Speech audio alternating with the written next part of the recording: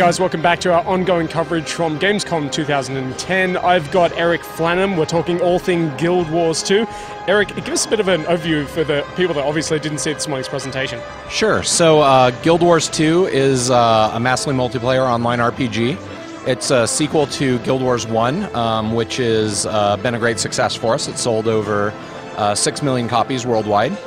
And Guild Wars 2 builds upon a lot of the ideas, a lot of the things we developed in Guild Wars 1. So the three primary things that we try to do in Guild Wars 2, the first, we want to tell a really personal story. And so we do that by having the character fill out a biography on character creation. And that then affects the story that they'll see during the game. And the player will also get to make choices along the way that will have a direct effect upon the narrative of the story.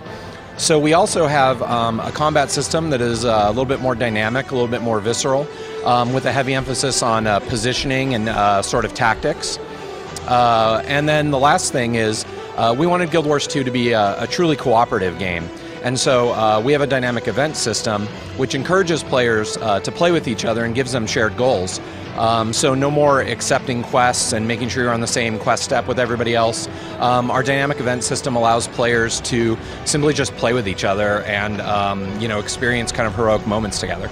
Now, one of the design mantras seems to be getting rid of the glut that seems to clog up a lot of other MMOs. How are you doing that? So we're doing that in a few ways.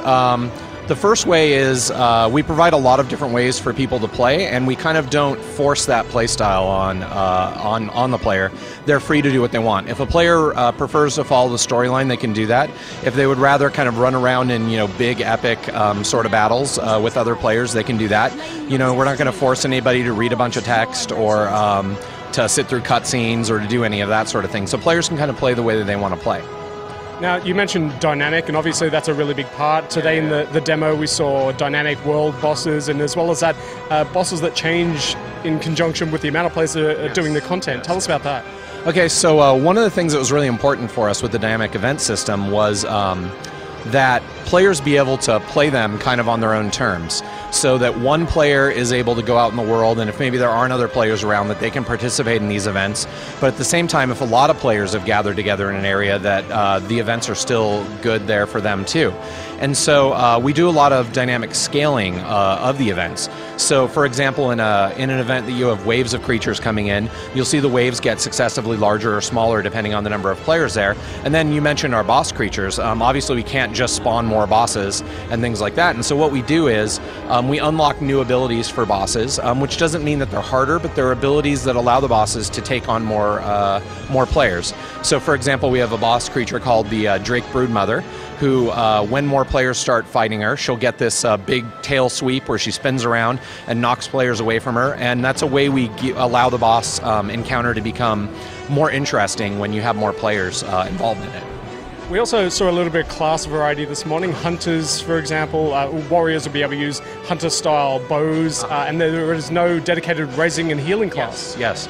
So that was another thing. We didn't want players to have to wait around for a particular profession. We didn't want players to have to play a profession that they maybe didn't want to play because, the group of players I play with, none of them wants to play a healer, and so I guess I better play a healer. We didn't want you to have to play with that player you maybe really don't like playing with, but he's the only warrior so you kind of put up with him. That sort of thing. And so what we've done is made all of our professions very versatile. So you mentioned a warrior before. A warrior with a bow in many games is you use a bow for pulling or things like that. You can't really deal good range damage as a warrior. In Guild Wars 2 that's not the case. A warrior with a bow can deal really good range damage. Then they have multiple weapon sets. They can switch that up, and so they can switch to dual axes and become a melee damage dealer. You could also equip maybe a mace and a shield and become more of a resistant damage absorbing character. Or if you wanted to, you could equip a warhorn and buff your teammates. And so the warrior is really, really versatile, and we bring that over to all of our professions. Sounds like you're bringing a lot to Guild Wars 2. When can people expect to get their hands on this one, on which platform? Well, right now we're concentrating on making Guild Wars 2 the best PC game we can possibly make it. That means we don't want to release it before it's done. We want it to be a great game when we release it. We, think our fans deserve that, and we don't want to work on a game for a few years and then release it slightly early and be regretting that. So we'll release it. I think we've said our goal for the game is that we make it the greatest MMO ever created, and when we feel like we've accomplished that, I think we'll release it then. Sounds like you've taken a page out of the Blizzard book. Well, yeah, a lot of the people at ArenaNet are from Blizzard, so yeah. Eric, thank you very much for your time. That's a look at Guild Wars 2 coming soon, and stay tuned to GameSpot's ongoing coverage from Gamescom 2010.